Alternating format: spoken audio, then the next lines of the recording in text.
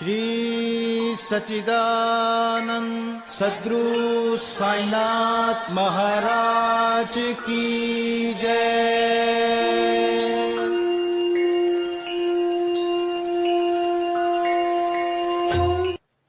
दामन में खुशियां भर देते हैं साईं, जीवन को सुखमय कर देते हैं साईं। सुमिरन करता है जो मन से साईं का, उसकी हर विपदा हर लेते हैं साईं। ओम श्री साईनाथाय नमः। आदरणीय साईं भक्तों, आप सभी को हृदय की गहराइयों से सादर प्रणाम। साईं ज्ञान गंगा के सभी एपिसोड्स को पसंद करने के लिए आपका दिल से आभार।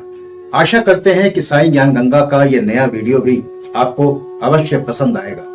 पसंद आने पर आप इस वीडियो को लाइक अवश्य कीजिएगा और अपने सभी जानने वालों तक इसे अवश्य पहुंचाइएगा। इसको ज्यादा से ज्यादा शेयर कीजिएगा। और यदि आपने अभी तक हमारे चैनल को सब्सक्राइब नहीं किया है तो प्लीज अभी सब्सक्राइब कीजिएगा। तो आइए शुभारंभ करते हैं साईं ज्ञान गंगा का। श्री साईं मूलतः निराकार थे, परंतु भक्तों के प्रेम वश ही वे साकार रूप में प्रकट हुए। माया रूपी अभिनेत्री की सहायता से इस विश्व की वृहत नाट्यशाला में उन्होंने एक महान अभिनेता के सदृश अभिनय किया। एक समय श्री दास गणु ने ईशोपनिषद पर टीका यानी व्याख्या ईशावास्य भावार्थ बोधिनी लिखना प्रारंभ किया। श्री दास गणु ने ओवी छंदों में अनुवाद तो किया, परंतु उसके सार तत्व को ग्रहण न कर सकने के कारण उन्हें अपने कार्य से संतोष नहीं हुआ। इस प्रकार असंतुष्ट होकर उन्होंने कई अन्य विद्वानों से शंका निवारण करने हेतु परामर्श और वाद विवाद भी किया, परंतु समस्या पूर्ववत जटिल ही बनी रही और संतोषजनक भावार्थ करने में कोई भी सफल न हो सका। जब कोई भी उनकी शंका का निवारण न कर सका तो उन्होंने शिरडी जाकर बाबा के दर्शन करने का निश्चय किया। जब उन्हें शिरडी जाने का शुभ अवसर प्राप्त हुआ तो उन्होंने बाबा से भेंट की और चरण वंदना करने के पश्चात उपनिषद में आई हुई कठिनाइयां उनके समक्ष रखकर उनसे हल करने की प्रार्थना की। श्री साईं बाबा ने आशीर्वाद देकर कहा, चिंता करने की कोई आवश्यकता नहीं, उसमें कठिनाई ही क्या है। जब तुम लौटोगे तो विले पार्ला में काका दीक्षित की नौकरानी तुम्हारी शंका का निवारण अवश्य कर देगी। वहां उपस्थित लोगों ने जब ये वचन सुने तो वे सोचने लगे कि बाबा केवल विनोद ही कर रहे हैं और कहने लगे कि क्या एक अशिक्षित नौकरानी भी ऐसी जटिल समस्या हल कर सकती है। परंतु दास गणु को तो पूर्ण विश्वास था कि बाबा के वचन कभी असत्य नहीं हो सकते, क्योंकि बाबा के वचन तो साक्षात ब्रह्म वाक्य ही हैं। बाबा के वचनों में पूर्ण विश्वास कर दास गणु शिरडी से मुंबई के उपनगर विले पार्ला में पहुंचकर काका दीक्षित के यहाँ ठहरे। दूसरे दिन दास गणु सुबह मीठी नींद का आनंद ले रहे थे, तभी उन्हें एक निर्धन बालिका के सुंदर गीत का स्पष्ट और मधुर स्वर सुनाई पड़ा। गीत का मुख्य विषय था एक लाल रंग की साड़ी, वो कितनी सुंदर थी, उसका जरी का आंचल कितना बढ़िया था, उसके छोर और किनारे कितने सुंदर थे, इत्यादि इत्यादि। उन्हें वो गीत अति रुचिकर प्रतीत हुआ। इस कारण उन्होंने बाहर आकर देखा कि ये गीत एक बालिका नाम्या की बहन, जो काका साहेब दीक्षित की नौकरानी है, गा रही है। बालिका बर्तन मांज रही थी और केवल एक फटे कपड़े से तन ढके हुए थी। इतनी दरिद्र परिस्थिति में भी उसकी प्रसन्न मुद्रा देखकर श्री दास गणु को दया आ गई और दूसरे दिन श्री दास गणु ने श्री M.V. प्रधान से उस निर्धन बालिका को एक उत्तम साड़ी देने की प्रार्थना की। जब राव बहादुर M.V. प्रधान ने उस बालिका को एक धोती का जोड़ा दिया, तब एक क्षुधा पीड़ित व्यक्ति को जैसे भाग्यवश मधुर भोजन प्राप्त होने पर प्रसन्नता होती है, वैसी ही उसकी प्रसन्नता का पारावार न रहा। दूसरे दिन उसने नई साड़ी पहनी और अत्यंत हर्षित होकर सानंद नाचने कूदने लगी एवं अन्य बालिकाओं के साथ वो फुगड़ी खेलने में मग्न रही। अगले दिन उसने नई साड़ी संभालकर एक संदूक में रख दी और पूर्ववत फटे पुराने कपड़े पहनकर आई। परंतु फिर भी पिछले दिन के समान ही प्रसन्न दिखाई दी। ये देखकर श्री दास गणु की दया आश्चर्य में परिणत हो गई। उनकी ऐसी धारणा थी कि निर्धन होने के ही कारण उसे फटे चीथड़े कपड़े पहनने पड़ते हैं, परंतु अब तो उसके पास नई साड़ी थी जिसे उसने संभाल कर रख लिया और फटे कपड़े पहनकर भी उसी गर्व और आनंद का अनुभव करती रही। उसके मुख पर दुख या निराशा का कोई निशान भी नहीं रहा। इस प्रकार उन्हें अनुभव हुआ कि दुख और सुख का अनुभव केवल मानसिक स्थिति पर निर्भर है। इस घटना पर गूढ़ विचार करने के पश्चात वे इस निष्कर्ष पर पहुंचे कि भगवान ने जो कुछ दिया है उसी में समाधान वृत्ति रखनी चाहिए, संतुष्ट रहना चाहिए और ये निश्चय पूर्वक समझना चाहिए कि वो सब चराचर में व्याप्त है और जो भी स्थिति उसकी दया से अपने को प्राप्त है वो अपने लिए अवश्य ही लाभप्रद होगी। इस विशिष्ट घटना में बालिका की निर्धन अवस्था, उसके फटे पुराने कपड़े और नई साड़ी देने वाला तथा उसकी स्वीकृति देने वाला, ये सब ईश्वर द्वारा ही प्रेरित था। श्री दास गणु को उपनिषद के पाठ की प्रत्यक्ष शिक्षा मिल गई, अर्थात जो कुछ अपने पास है उसी में समाधान वृत्ति माननी चाहिए। सार ये है कि जो कुछ होता है सब उसी की इच्छा से नियंत्रित है, अतः उसी में संतुष्ट रहने में हमारा कल्याण है। इन सब घटनाओं से ये विदित होता है कि बाबा की शिक्षा देने की पद्धति अद्वितीय और अपूर्व थी।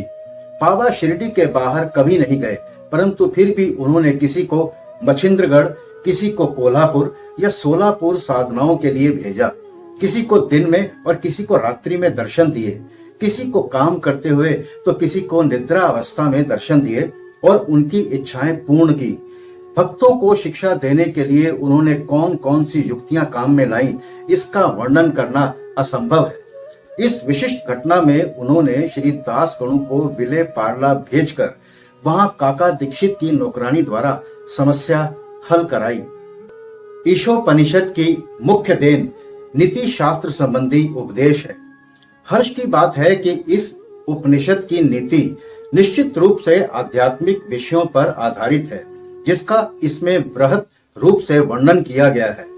उपनिषद का प्रारंभ ही यहीं से होता है कि समस्त वस्तुएं ईश्वर से ओतप्रोत हैं। ये आत्म विषयक स्थिति का भी एक उप सिद्धांत है और जो नीति संबंधी उपदेश उससे ग्रहण करने योग्य है वो ये है कि जो कुछ ईश कृपा से प्राप्त है उसमें ही आनंद मानना चाहिए और दृढ़ भावना रखनी चाहिए कि ईश्वर ही सर्वशक्तिमान है और इसलिए जो कुछ उसने दिया है वही हमारे लिए उपयुक्त है।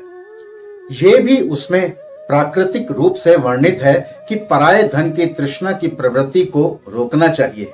सारांश ये है कि अपने पास जो कुछ है उसी में संतुष्ट रहना, क्योंकि यही ईश्वर की इच्छा है। चरित्र संबंधी द्वितीय उपदेश ये है कि कर्तव्य को ईश्वर इच्छा समझते हुए जीवन व्यतीत करना चाहिए, विशेषतः उन कर्मों को जिनको शास्त्र में वर्णित किया गया है। इस विषय में उपनिषद का कहना है कि आलस्य से आत्मा का पतन हो जाता है और इस प्रकार निरपेक्ष कर्म करते हुए जीवन व्यतीत करने वाला ही अकर्मण्यता के आदर्श को प्राप्त कर सकता है। अंत में कहा है कि जो सब प्राणियों को अपना ही आत्म स्वरूप समझता है तथा जिसे समस्त प्राणी और पदार्थ आत्म स्वरूप हो चुके हैं, उसे मोह कैसे उत्पन्न हो सकता है। ऐसे व्यक्ति को दुख का कोई कारण नहीं हो सकता। सर्वभूतों में आत्मदर्शन न कर सकने के कारण भिन्न भिन्न प्रकार के शोक, मोह और दुखों की वृद्धि होती है। जिसके लिए सब वस्तुएं आत्म स्वरूप बन गई हों, वो अन्य सामान्य मनुष्यों का छिंद्र अन्वेषण क्यों करे। ये एक साधारण सा नियम है कि गत जन्मों के शुभ कर्मों के फल स्वरूप ही हमें संतों का सानिध्य और उनकी कृपा प्राप्त होती है। उदाहरण के तौर पर हेमाड पंत स्वयं अपनी घटना प्रस्तुत करते हैं। श्री हेमाड पंत अनेक वर्षों तक मुंबई के उपनगर बांद्रा के स्थानीय न्यायाधीश रहे। पीर मौलाना नामक एक मुस्लिम संत भी वहां निवास करते थे। उनके दर्शन के लिए अनेक हिंदू, पारसी और अन्य धर्मावलंबी वहां जाया करते थे। उनके मुजावर यानी पुजारी ने हेमाड पंत से भी उनका दर्शन करने के लिए बहुत आग्रह किया, परंतु किसी न किसी कारणवश उनकी भेंट उनसे नहीं हो सकी।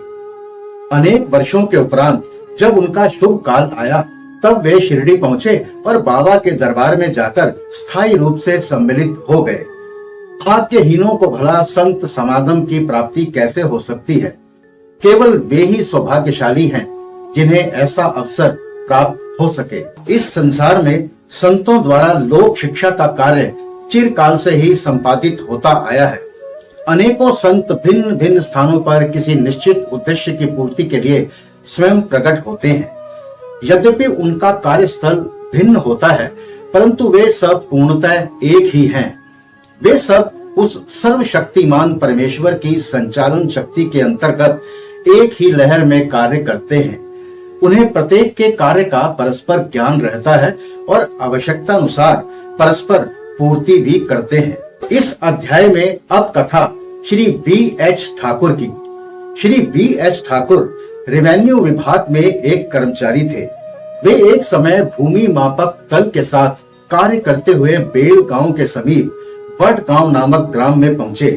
वहीं उन्होंने एक कन्नड़ी संत पुरुष अप्पा के दर्शन कर उनकी चरण वंदना की। वे अपने भक्तों को निश्चल दास कृत विचार सागर नामक ग्रंथ, जो वेदांत के विषय में है, का भावार्थ समझा रहे थे।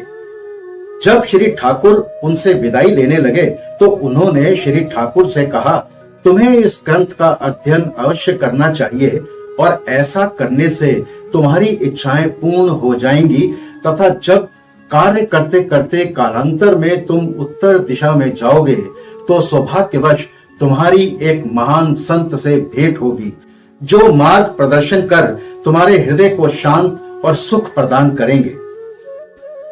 बाद में उनका स्थानांतरण चुन्नर को हो गया, जहां की नाणे घाट पार करके जाना पड़ता था। ये घाट अधिक गहरा और पार करने में कठिन था, इसलिए उन्हें भैंसे की सवारी कर घाट पार करना पड़ा, जो उन्हें अधिक असुविधाजनक तथा कष्टकर प्रतीत हुआ। इसके पश्चात ही उनका स्थानांतरण कल्याण में एक उच्च पद पर हो गया और वहां उनका नाना साहेब चांदोरकर से परिचय हो गया। उनके द्वारा उन्हें श्री साईं बाबा के संबंध में बहुत कुछ ज्ञात हुआ और उन्हें उनके दर्शन की तीव्र उत्कंठा हुई। दूसरे दिन ही नाना साहेब शिरडी को प्रस्थान कर रहे थे। उन्होंने श्री ठाकुर से भी अपने साथ चलने का आग्रह किया। ठाणे के दीवानी न्यायालय में एक मुकदमे के संबंध में उनकी उपस्थिति आवश्यक होने के कारण वे उनके साथ नहीं जा सके। इस कारण नाना साहेब अकेले ही रवाना हो गए। ठाणे पहुंचने पर मुकदमे की तारीख आगे के लिए बढ़ गई, इसलिए उन्हें नाना साहब के साथ शिरडी न जाने पर बड़ा पश्चाताप हुआ। बहरहाल वो आखिरकार शिरडी पहुंच ही गए। शिरडी पहुंचकर उन्हें ज्ञात हुआ कि नाना साहेब पिछले दिन ही यहाँ से चले गए हैं। वे अपने कुछ मित्रों के साथ, जो उन्हें वहीं मिल गए थे, श्री साईं बाबा के दर्शन को गए। उन्होंने बाबा के दर्शन किए और उनके चरण कमलों की आराधना कर अत्यंत हर्षित हुए। उन्हें रोमांच हो आया और उनकी आंखों से अश्रु धाराएं प्रवाहित होने लगी।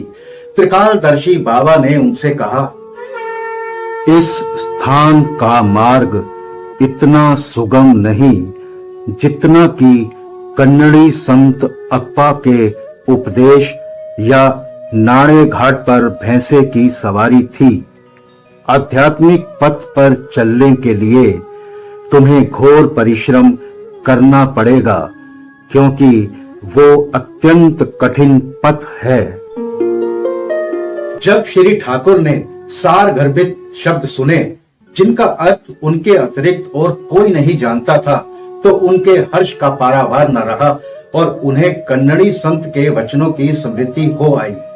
तब उन्होंने दोनों हाथ जोड़कर बाबा के चरणों पर अपना मस्तक रखा और उनसे प्रार्थना की कि प्रभु मुझ पर कृपा करो और इस अनाथ को अपने चरण कमलों की शीतल छाया में स्थान दो। तब बाबा बोले, जो कुछ अप्पा ने कहा वो सत्य था। उसका अभ्यास कर उसके अनुसार ही तुम्हें आचरण करना चाहिए। व्यर्थ बैठने से कुछ लाभ नहीं होगा। जो कुछ तुम पठन करते हो उसको आचरण में भी लाओ, अन्यथा उसका उपयोग ही क्या। गुरु कृपा के बिना ग्रंथावलोकन तथा आत्मानुभूति निरर्थक ही है। श्री ठाकुर ने अभी तक केवल विचार सागर ग्रंथ में सैद्धांतिक प्रकरण ही पढ़ा था, परंतु उसकी प्रत्यक्ष व्यवहार प्रणाली तो उन्हें शिरडी में ही ज्ञात हुई। एक दूसरी कथा भी इस सत्य का और अधिक सशक्त प्रमाण है। पूना के एक महाशय श्री अनंतराव पाटणकर श्री स्वाई बाबा के दर्शनों के इच्छुक थे। उन्होंने शिरडी आकर बाबा के दर्शन किए। दर्शनों से उनके नेत्र शीतल हो गए और वे अति प्रसन्न हुए। उन्होंने बाबा के श्री चरण छुए और यथा योग्य पूजन करने के उपरांत बोले, मैंने बहुत कुछ पठन किया, वेद वेदांत और उपनिषदों का अध्ययन किया तथा अन्य पुराण भी श्रवण किए, फिर भी मुझे शांति नहीं मिल सकी, इसलिए मेरा पठन व्यर्थ ही सिद्ध हुआ। एक निरा अज्ञानी भक्त मुझसे कहीं श्रेष्ठ है। जब तक मन को शांति नहीं मिलती तब तक ग्रंथावलोकन व्यर्थ ही है। मैंने ऐसा सुना है कि आप केवल दृष्टि मात्र से और विनोदपूर्ण वचनों द्वारा दूसरों के मन को सरलता पूर्वक शांति प्रदान कर देते हैं। यही सुनकर मैं भी यहाँ आया हूँ। कृपा कर मुझ दास को भी आशीर्वाद दीजिए। तब बाबा ने श्री अनंतराव को नवधा भक्ति की कथा सुनाते हुए कहा, एक समय एक सौदागर यहाँ आया। उसके सम्मुख ही एक घोड़ी ने लीद कर दी। जिज्ञासु सौदागर ने अपनी धोती का एक छोर बिछाकर उसमें लीद के 9 गोले रख लिए और इस प्रकार उसके चित्त को शांति प्राप्त हुई। श्री पाटणकर इस कथा का कुछ भी अर्थ न समझ सके, इसलिए उन्होंने श्री गणेश दामोदर उपनाम दादा केलकर से अर्थ समझाने की प्रार्थना की और पूछा कि बाबा के कहने का अभिप्राय है क्या। वे बोले कि जो कुछ बाबा कहते हैं उसे मैं स्वयं भी अच्छी तरह नहीं समझ सकता, परंतु उनकी प्रेरणा से ही मैं जो कुछ समझ सका हूँ वो तुमसे कहता हूँ। घोड़ी है ईश कृपा और 9 एकत्रित गोले हैं नवविधा भक्ति, यथा श्रवण, कीर्तन, नाम स्मरण, पाद सेवन, अर्चन, वंदन, दास्य, सख्य और आत्मनिवेदन। ये भक्ति के 9 प्रकार हैं। इनमें से यदि एक को भी सत्यता से कार्य रूप में लाया जाए तो भगवान श्री हरि अति प्रसन्न होकर भक्त के घर प्रकट हो जाएंगे। समस्त साधनाएं अर्थात जप, तप, योगाभ्यास तथा वेदों के पठन पाठन में जब तक भक्ति का संपुट ना हो बिल्कुल शुष्क ही हैं। वेद ज्ञानी या ब्रह्म ज्ञानी की कीर्ति भक्ति भाव के अभाव में निरर्थक है। आवश्यकता है तो केवल पूर्ण भक्ति की, अपने को भी उसी सौदागर के समान ही जानकर और व्यग्रता तथा उत्सुकता पूर्वक सत्य की खोज कर 9 प्रकार की भक्ति को प्राप्त करो, तब कहीं तुम्हें दृढ़ता और मानसिक शांति प्राप्त होगी।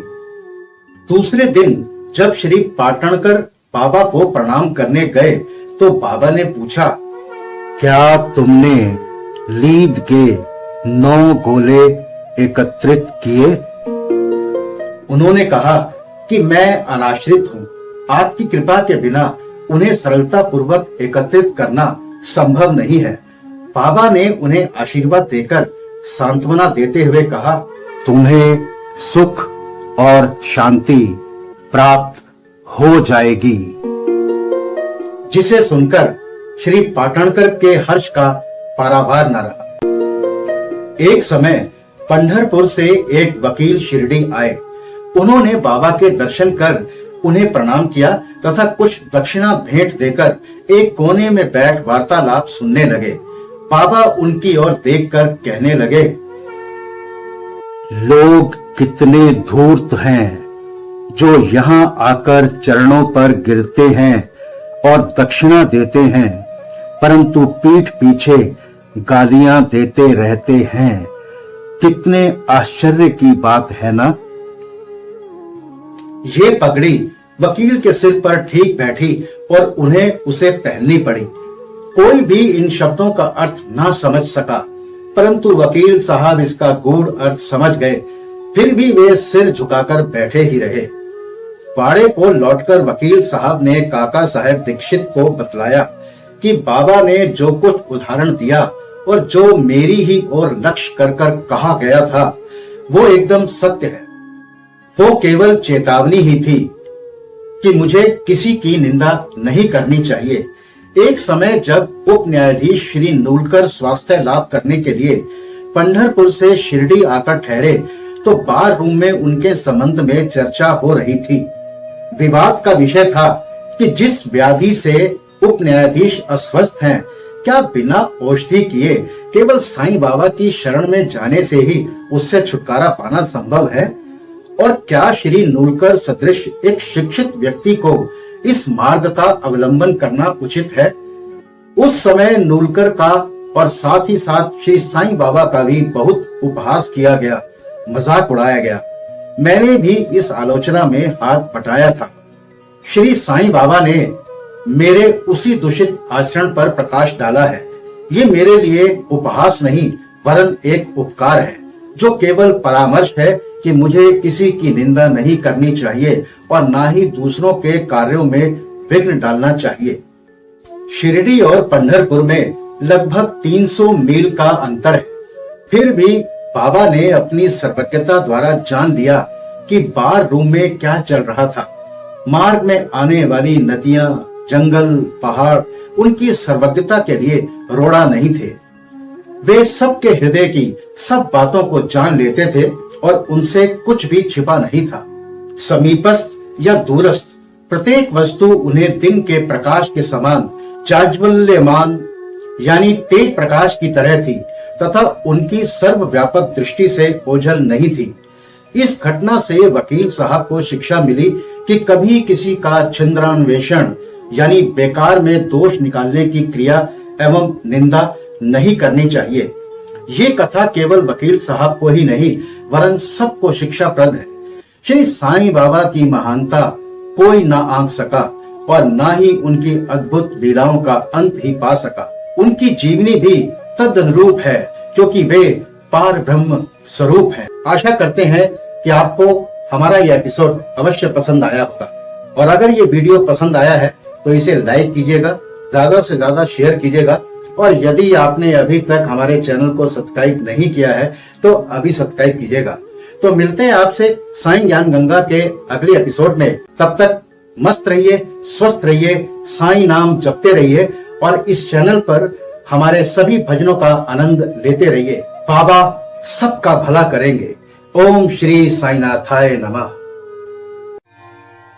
अनंत कोटि ब्रह्मांड नायक राजाधिराज योगी राज परे ब्रह्म श्री सच्चिदानंद सद्गुरु साईनाथ महाराज की जय।